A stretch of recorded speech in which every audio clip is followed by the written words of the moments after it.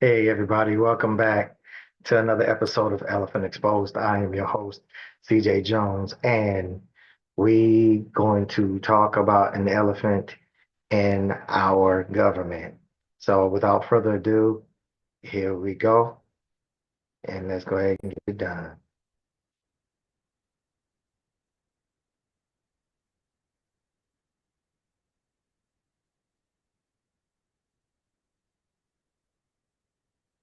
How many of Epstein's co-conspirators have you indicted?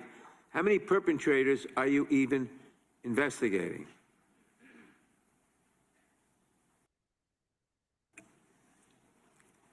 First, you showed it. I find it. How many have you indicted? Excuse me. I'm going to answer the question. Answer my question. No, I'm going to answer the question the way I want to answer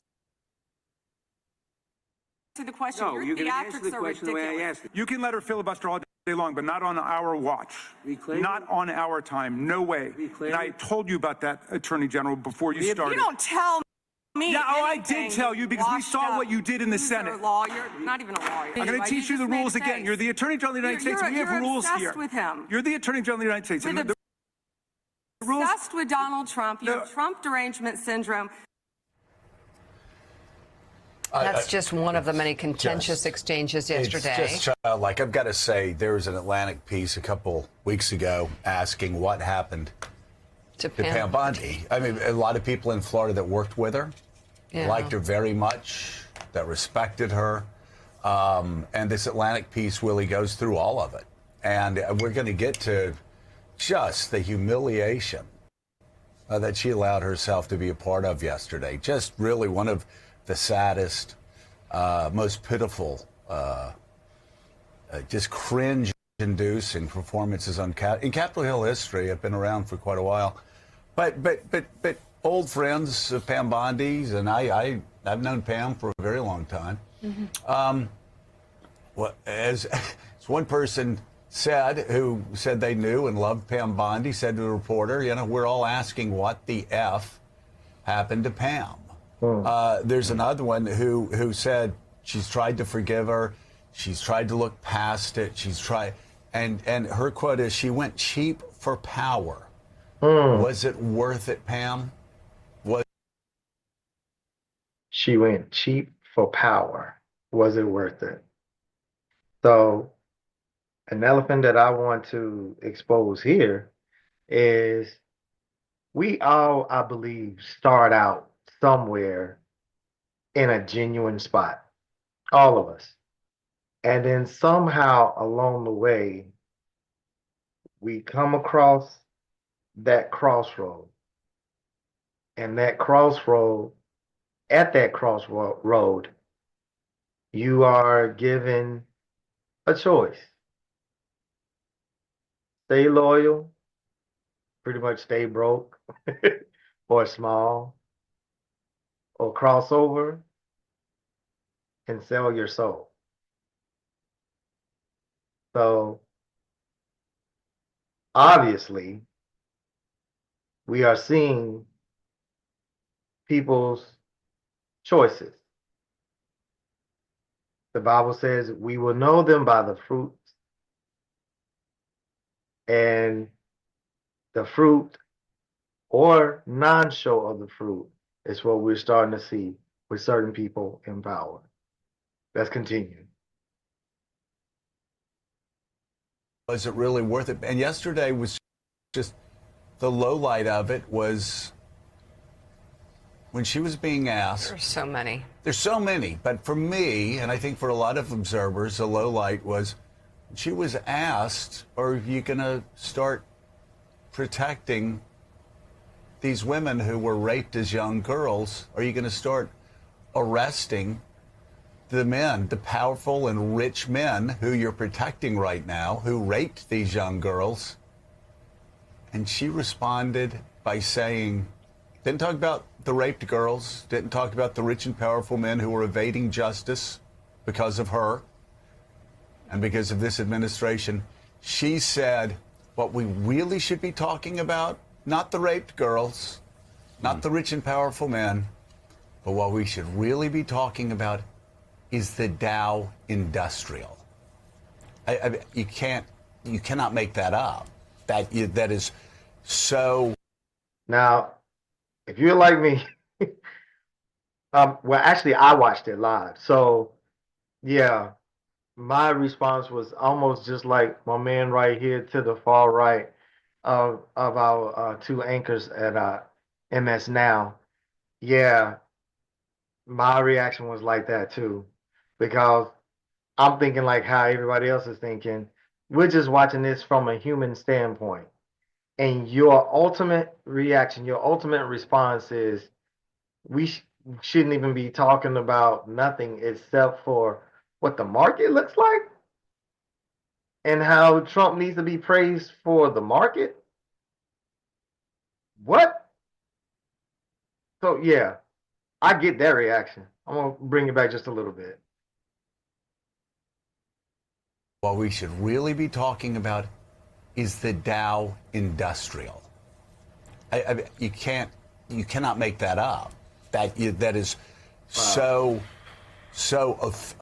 offensive, so repulsive that anybody would actually say that. But there it was. That times 20 throughout the day yesterday, and I've got to say, as somebody that has known her for a long time, I just feel sorry for her. And I ask the same question her friends are asking: is it really worth it? Yeah. What is worth doing that to yourself and your reputation and your country?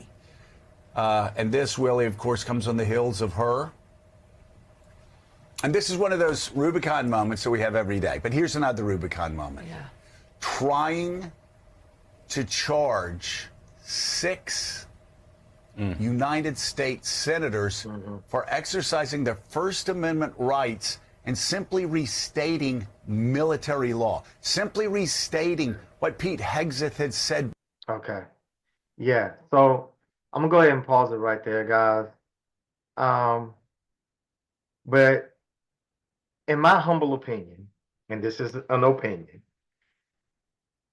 this was a big swing and a miss for Pam Bondi. Not only from the side of her just being a female herself, um, there was a saying, well, you know what? I'm not even going to get into old country sayings. All I'm saying is this right here. Uh, some people are willfully and knowingly going to fall on their swords behind Orange 45. And that's just the truth. It's a sad truth, but it is the truth. It's not even a truth. It is the truth. It's not even my truth. It is reality. Now, whether you want to deal with the reality of it, that's on you. But this was Pam Bondi's moment to really show the world, because the world was watching this. I was watching this, and I don't even do politics like that.